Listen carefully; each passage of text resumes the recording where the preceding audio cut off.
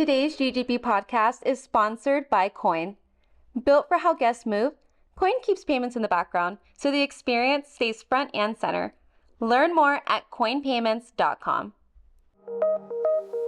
Welcome to the Global Gaming and Business Podcast. My guest today is David Cordish, the chairman of the Cordish Companies and one of the legendary developers in the United States. David, I appreciate you coming by here at the East Coast Gaming Congress in Atlantic City.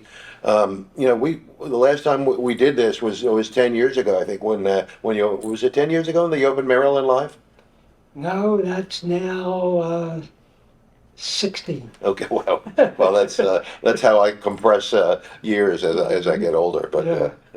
so 16 years.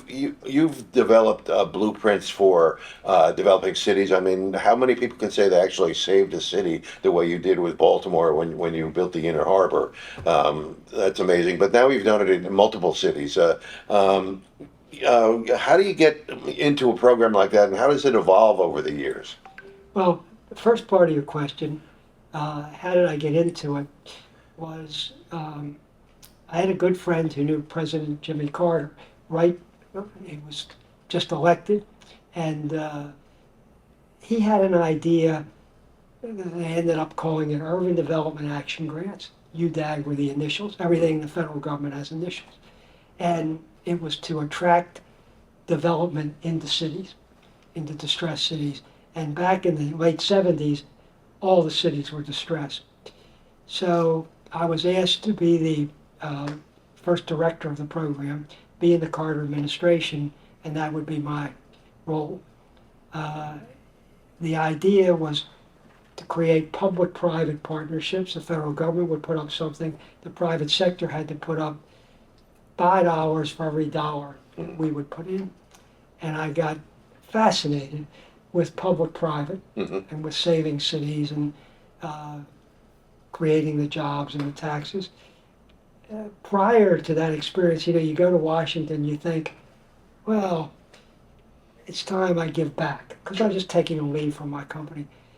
Actually, I learned more than I ever gave back, because I learned that most of these public officials, state, city, federal, were people just like you and I. If you call them, they'll try to help you. Right. And don't be afraid of them. And a lot of developers are. So that's how it got started. And when I returned, I had met mayors, governors, senators, whatever, from all over the country. They knew me that I had a private company that developed, and they knew that I had served in the public sector. Actually, Ronald Reagan kept the program for his whole 8 years. Asked me to stay. I did for a little while, but was tired. That's the hardest I've ever worked. And the phone started to ring, and these opportunities nationally to do public-private came our way, and they just have kept rolling. So it's not the easiest way to make a buck, doing public-private, doing work in distressed cities. Sure. But it's very satisfying. Right. Certainly must be rewarding. It's very, when it's all done, and you say, we did that. Sure. And it's, I've got, all my sons are in the business. They have fallen in love with the concept. We now have grandsons in the business, and it's just kept rolling. Yeah, it's pretty amazing that it's a family business still. That's an incredible accomplishment there. So I was listening to your speech at, we could just talk. Okay. I was listening to your speech at the East Coast Gaming Congress here, and you mentioned that you opened 3 casinos last year. I mean, that's a lot of casinos to open in 1 year. You're being polite. Nuts is the right word. Literally opened 3. I sort of work up. I'm down from close to 100 hours a week down to about 70. Okay. But last year, I think I went back up. And our staff was magnificent. I mean, I think Rob Norton and Travis Lamb and Joe Wilheimer and all these guys. What we did was take people from the existing casinos and threw them into these jurisdictions. Right. And they just left. Yeah. They left their families, wherever they made, and made it happen. Yeah. They No get the question. credit, not me. Well, let's go through. In Bossier City, you took over a defunct casino and turned it into something special. How is that performing so far? Doing fine. Yeah. I like the people down there. No, it's The great. Mississippi, Great people. Yeah. it's different. And we've got great employees. And I've met the Speaker of the House of the United States Congress, Mike Johnson, lives in Bossier, right? But he's our congressman. Okay. I've gotten to know him, and he's off the charts. Sure. Sure. He is off the charts. Anyway, it's going well, and we're actually going to grow it. We're adding things to it right now. So. And then you opened a casino in Petersburg, Virginia, close to Richmond. When Richmond didn't want a casino, you ran in there and said, "Well, we'll put it in Petersburg." And I hear it's been very successful so far. Yes, we opened a major tent. In fact, Right. I bought the tent from Caesars, who had done the Okay. same thing, and they were great to work with on it. And it's, I mean, look, it's a tent, but it's very high ceiling. It's very elaborate, and we're 40% above projections. And the permanent casino is under construction. Right. It's going to have 2 hotels and all kinds of entertainment halls, and it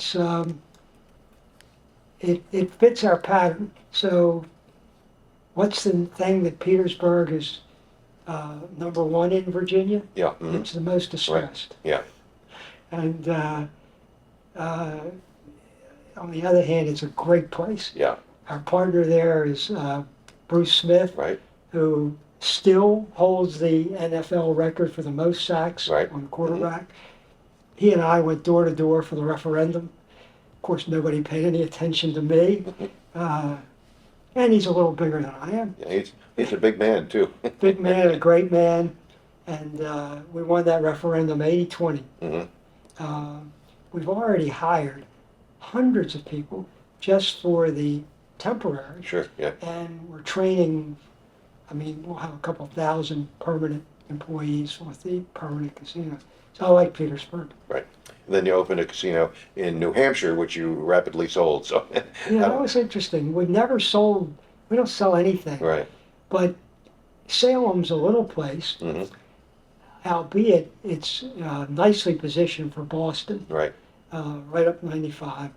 And Churchill was there already. And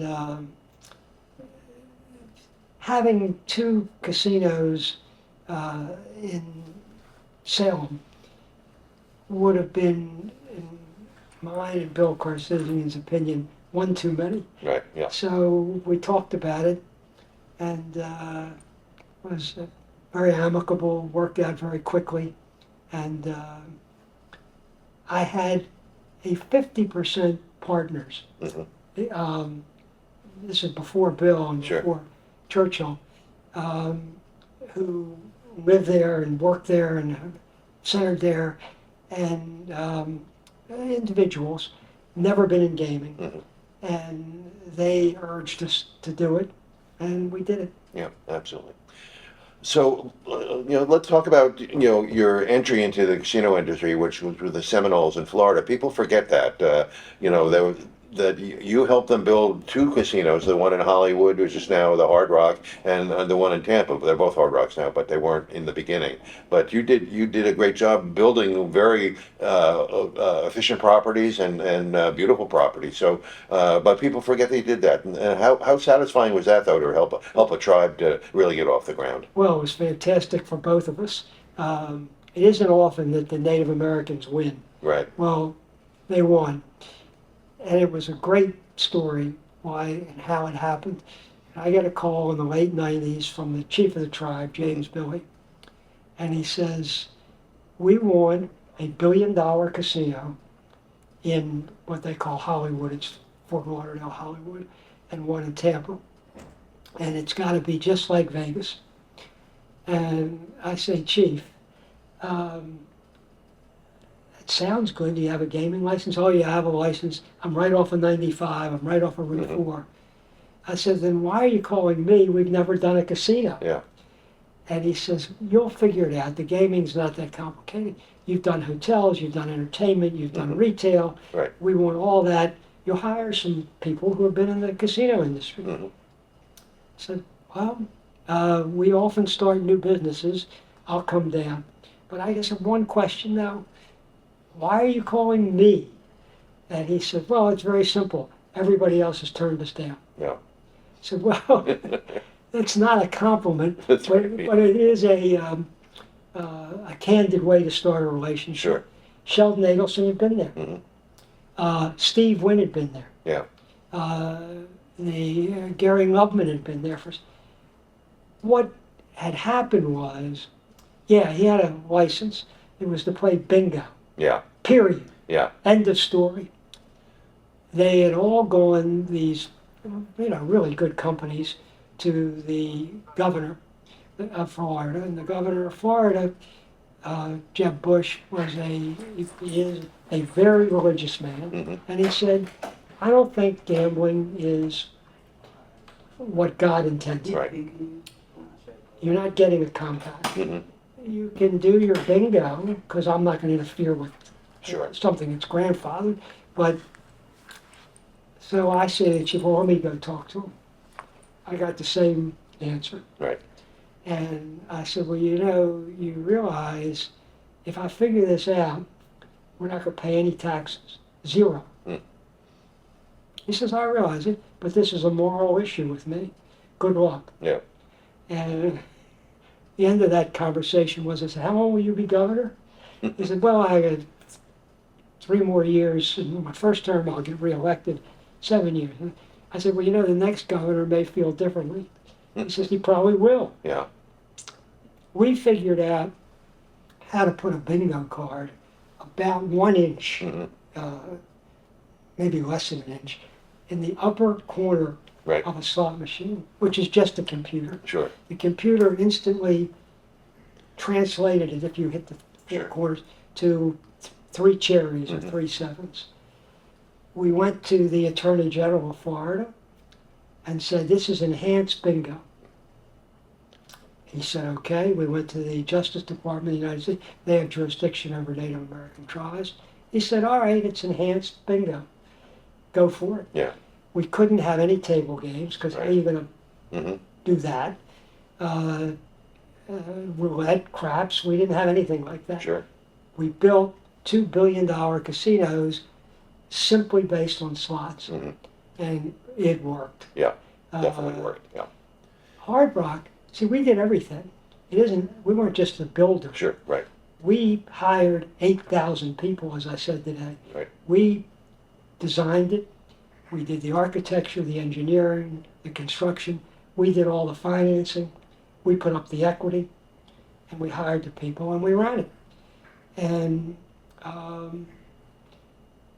most of the time, near as I can tell in my research, take Connecticut, somebody from the outside may do our position. We were a 1/3 owner. Sure. We weren't just we owned a third. The Native American tribes buy out their partner, as they should, Sure. because it's theirs. Right. And after we were open for a while, we sold our interest to them. And Jim Allen, who worked as an employee, was... Right. You left them Jim Allen, so you did a pretty good job just doing that, right? That was one of the best things I've ever done, because he's fantastic. He's amazing, yeah. Amazing. When I did the deal with the chief and the tribe, we both decided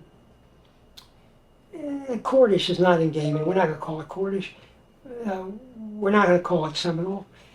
And the chief was a singer, a musician. He had a band, Chief Billy. And he said, let's use a musical, So our original pick was Margaritaville. Right. And that didn't work out. So I said, well, how about Hard Rock? The tribe didn't have ownership in Hard Rock. They could barely buy our lunch. Sure, right, yeah. So I flew over to England. Hard Rock was owned by Rank. Mm-hmm. And I said, I want to license your name. We'll do all the rest. Right. And they said, fine. Well, I paid them a few $1 million. Mm-hmm. And that's why those two are called Hard Right. Rock. Now you flash forward 10, 11, 12 years, they decide to sell worldwide Hard Rock. Mm-hmm. And the Seminoles wrote them a check for $1 billion Sure. and Yep. bought it. Yep. So, And the rest is history, as they say, right? as they say. This episode of the GGB podcast is brought to you by Coin. When payments fade into the background, better experiences come forward. Coin helps operators support how guests naturally move through moments without interruptions or added friction.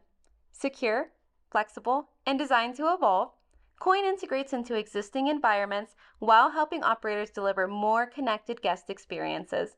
Learn more at coinpayments.com. Well, let's talk about your theme on your speech today, which was basically anti-online gaming, and you talked about cannibalization, and so many people deny that that's happening, but you get the numbers. You can actually prove it. I can actually prove it.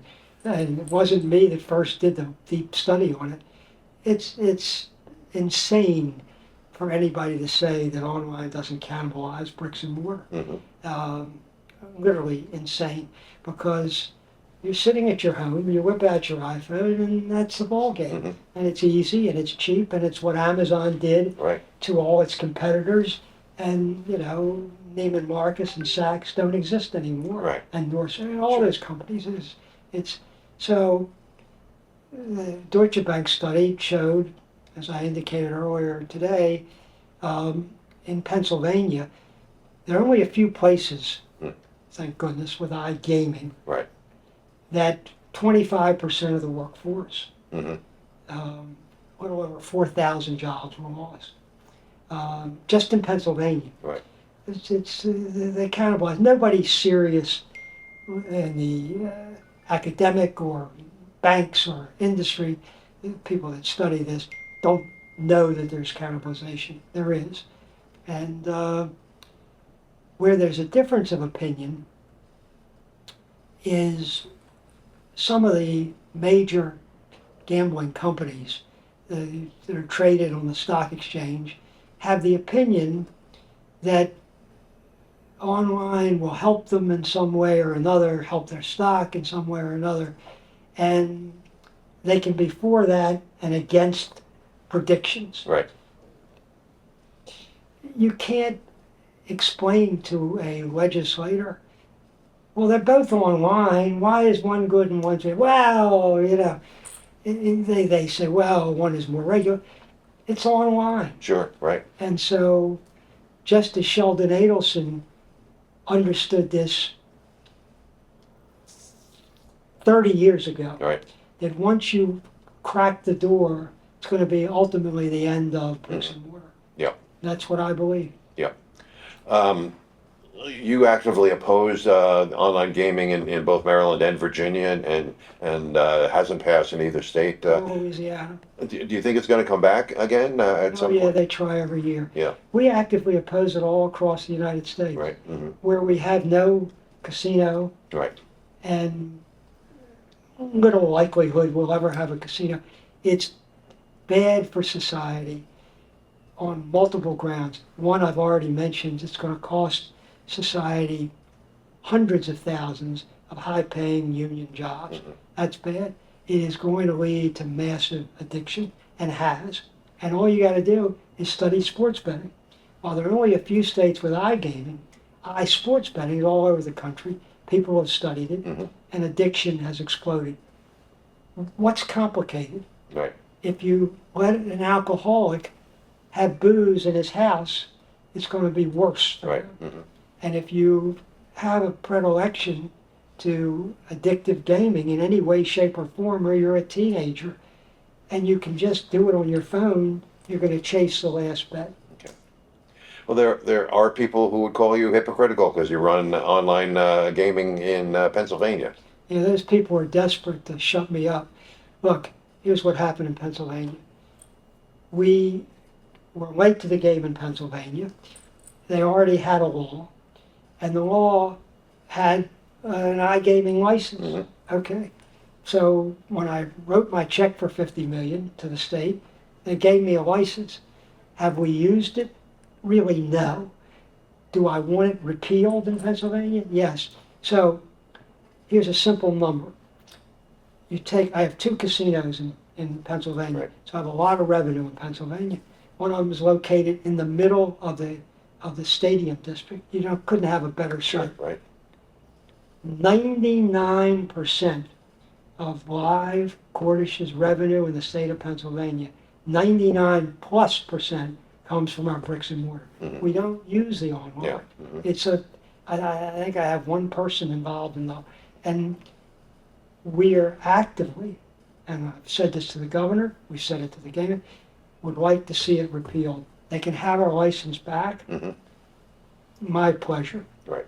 Well, in Pennsylvania and Virginia, you're also facing the threat of skill games being legalized in bars and restaurants and wherever.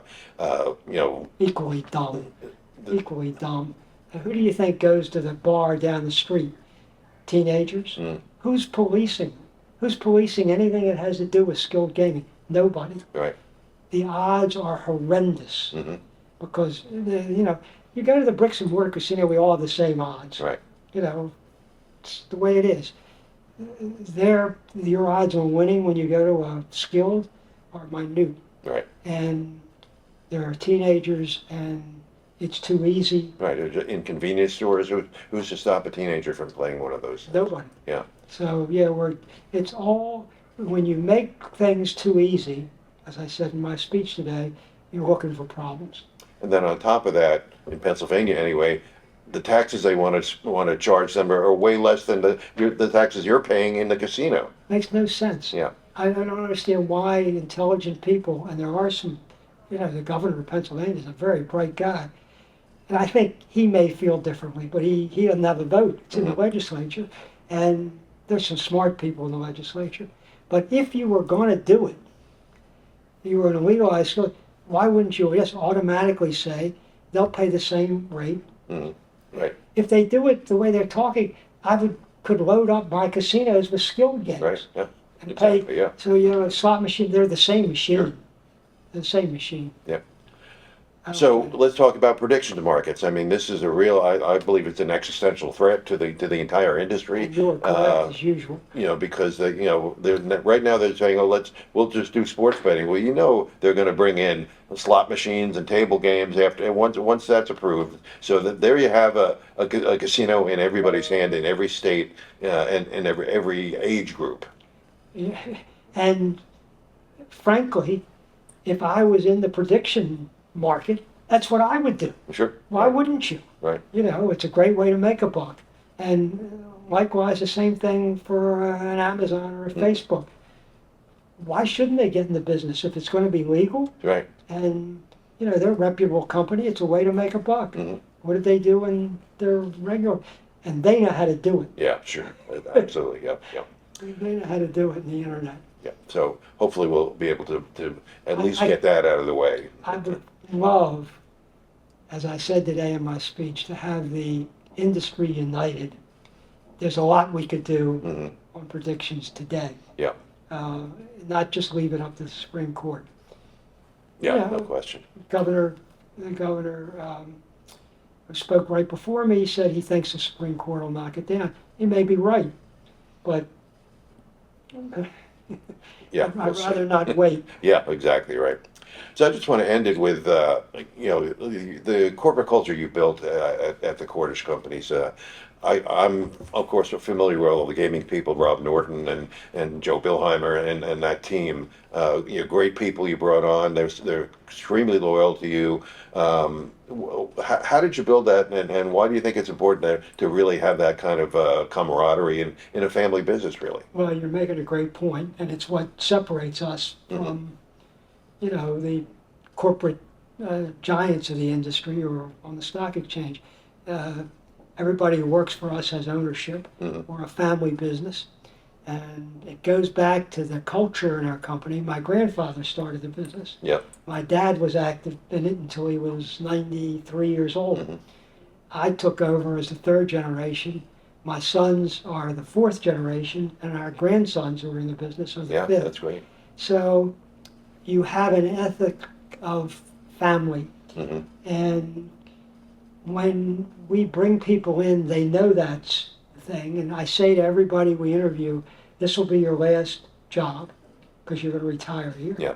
And they sort of look at me like, I said, we have people who've been with us. I have an employee who's been with us 50 years now. Yeah. Mm-hmm. 50. Yeah. I have one at 48 years. Yeah. And they're part of the family, and you have to treat the public as family, our customers. Right. That's why we're different. Yeah. And we can compete, down the street.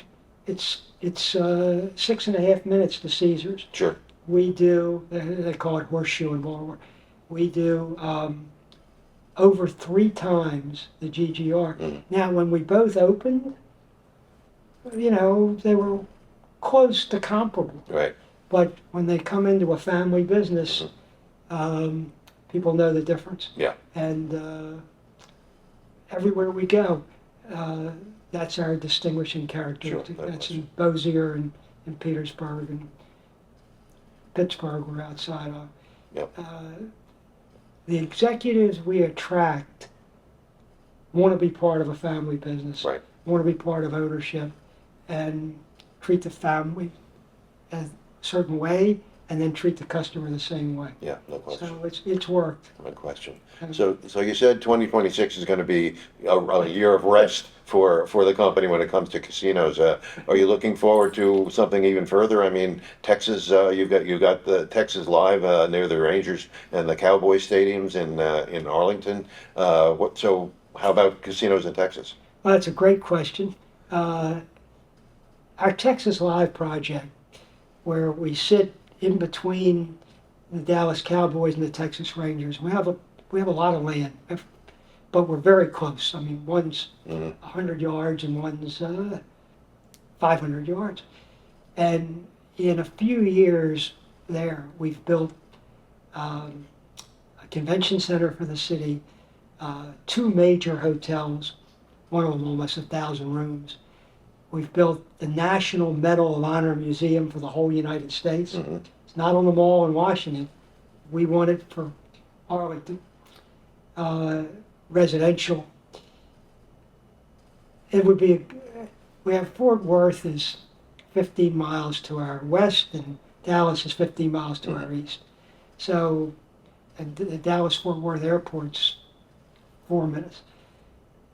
It would be a great location for a casino. Now, are we actively involved, though, in lobbying in Texas? Not really. Yeah. Sands jumped in early, Right. is spending a lot of money, a lot of time, a lot of years. They've been at it now a bunch of years. And I'm just, my partners are not involved. Yeah. I would do it differently. And we have our own model for creating gaming, for doing referendums. We have our way of doing it. Right. Sands is a great company, phenomenal company. They have a different way. Right. So let's see what happens. I couldn't predict it. But if it comes, you'll take advantage of it. Exactly. Right. Why not? They have an Sure. unbelievable location for it, but we're not active. Great. Well, David, thanks for taking the time to join us today. I'm really impressed with your speech, and you're taking that position, which a few people in the industry do, but I think it's got some definitely credit to it. Well, thank you. And you've been around as long as I have. You've seen a lot. Yeah. And I enjoy this industry, and I enjoy what we're doing, and I expect to be in it for many, many years to come. Lord willing, with my health, which is great. As I go to work every day, and they're my kids, my grandkids. I get to work with them. I want the industry to survive, Yeah. and I think this is an existential threat. Yeah, no question. Well, thanks for joining us, and hopefully we'll see you again. My pleasure. Nice to see you Thank you. again. Thanks for tuning into the GGB podcast, sponsored by Coin. Designed to integrate with existing operations, Coin helps operators support today's guests and tomorrow's expectations. Visit coinpayments.com to learn more.